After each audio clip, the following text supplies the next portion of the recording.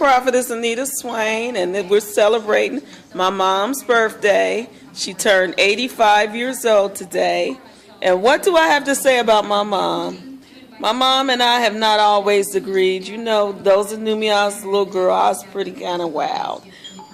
But my mom has been there. She's loved me. She's given me excellent counsel. She's been a woman of God. She's always lived holy before me. She never was sneaking me in and out.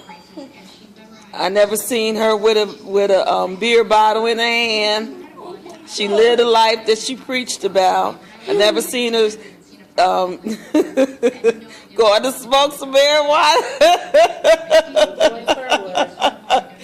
She has lived holy. I went with her when I was a little girl, and she would be preaching, and I would sing for her when she go to different churches.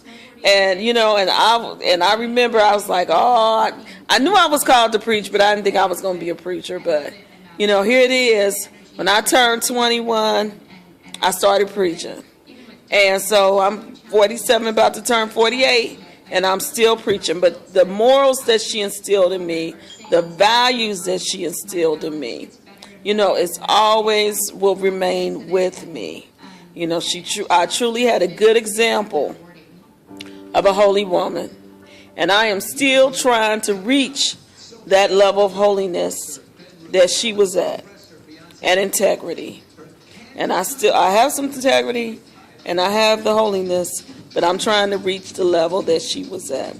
I know my mother always prayed. She always had 12 o'clock prayer before we went, 12 o'clock noon prayer. Before I went to bed, she always had prayer. So I thank God that my mother's in the land of the living. A few times, even when I was living up here in Columbus and she was living in Cincinnati, it seemed like my mother wasn't going to be here.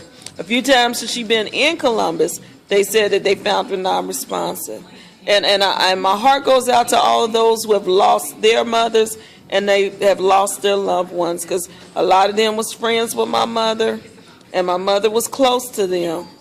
But I'm glad that my mother is still here. So y'all continue to pray for me, and continue to pray for my mother as well. And me.